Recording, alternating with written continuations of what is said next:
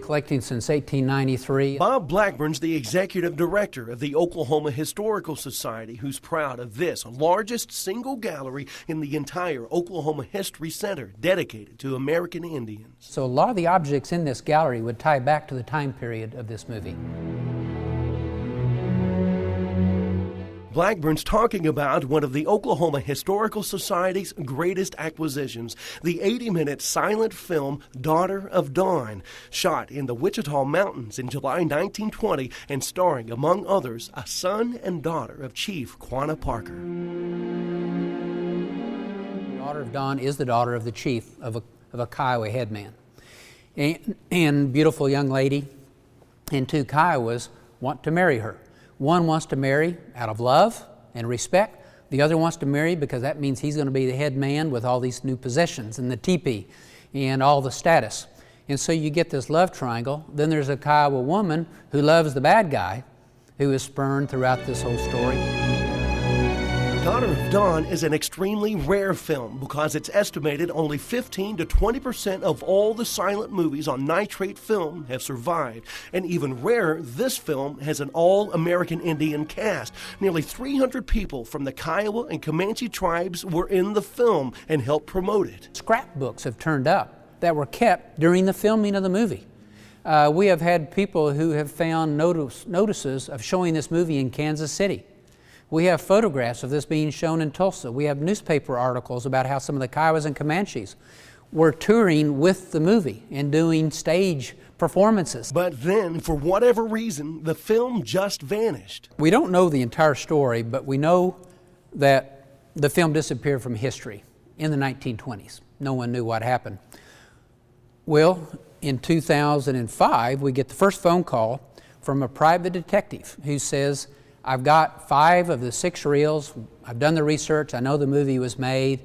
I know that there's no other copy. Blackburn says eventually in 2007, both sides agreed on $5,000 for the movie, $30,000 cheaper than the asking price in 2005.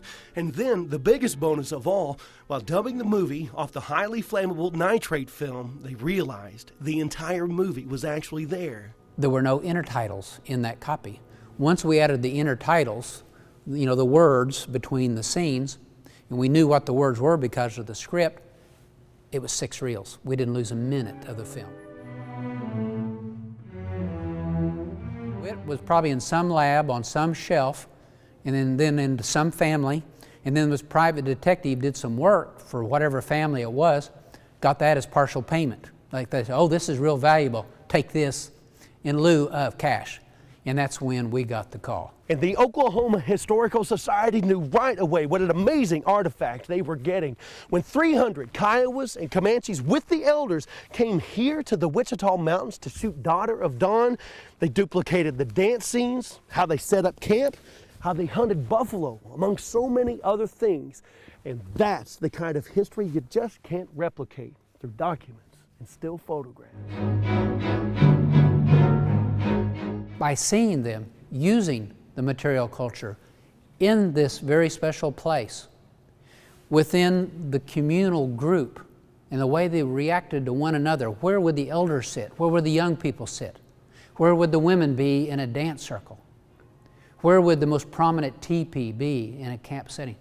It's all in this movie. And in fact, that most prominent teepee seen throughout the movie had already been with the History Museum almost since the movie was made. You know, you always hear about people finding things in museums that they didn't know they had. And I've heard the same stories, and I've just always thought, wow, they're really bad at their job. Well, I found a bundle of fabric in our collection storage area. And so I started comparing photographs that we have in our collection and that come from the movie and all of this. And then it became like, wow, I think it's not just a teepee that looks similar to it. I think it is the teepee. It was labeled as an Iowa teepee. Someone had dropped the K at some time in the distant past. It's the teepee from the movie. It still moves me when I even tell the story. The Kiowas come down and confirm this is the teepee. It turns out that the family had donated it to the Oklahoma Historical Society in 1928. And we had preserved it since that time, but did not know its value, its significance, But now we know about that because we were able to acquire the movie. Otherwise, this artifact may have sat very sleepily on that shelf forever without ever knowing the significance. Because one of the things that's important about the teepee is that the essential designs that are featured on it and that you see in the movie basically came to the tribe and reflect their history from 1840 all the way up until the time that you're seeing the movie in the 1920s. Daughter of Dawn is now safe and preserved for many future generations to see. And just like these beautiful Wichita Mountains where it was filmed almost a century ago, the movie truly is a window to our past. There is nothing like the Daughter of Dawn. It is unique.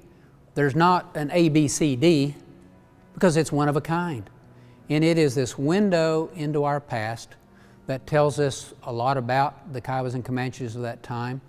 And by connecting the dots, I'll be able to take that story and connect it to all these other stories of Oklahoma. So it's unique and it's priceless. And I feel fortunate that I was part of a team that has found this and preserved it and now sharing it. The Library of Congress decided to add Daughter of Dawn to their film registry because of its huge historic significance. And thanks to the original generation of filmmakers and that very special generation of American Indian leaders in the movie who made the transition from traditional lifestyles to a new way of life, Daughter of Dawn will be a legacy to the Kiowas and Comanches, to Texomans and Oklahomans, and to the history of film.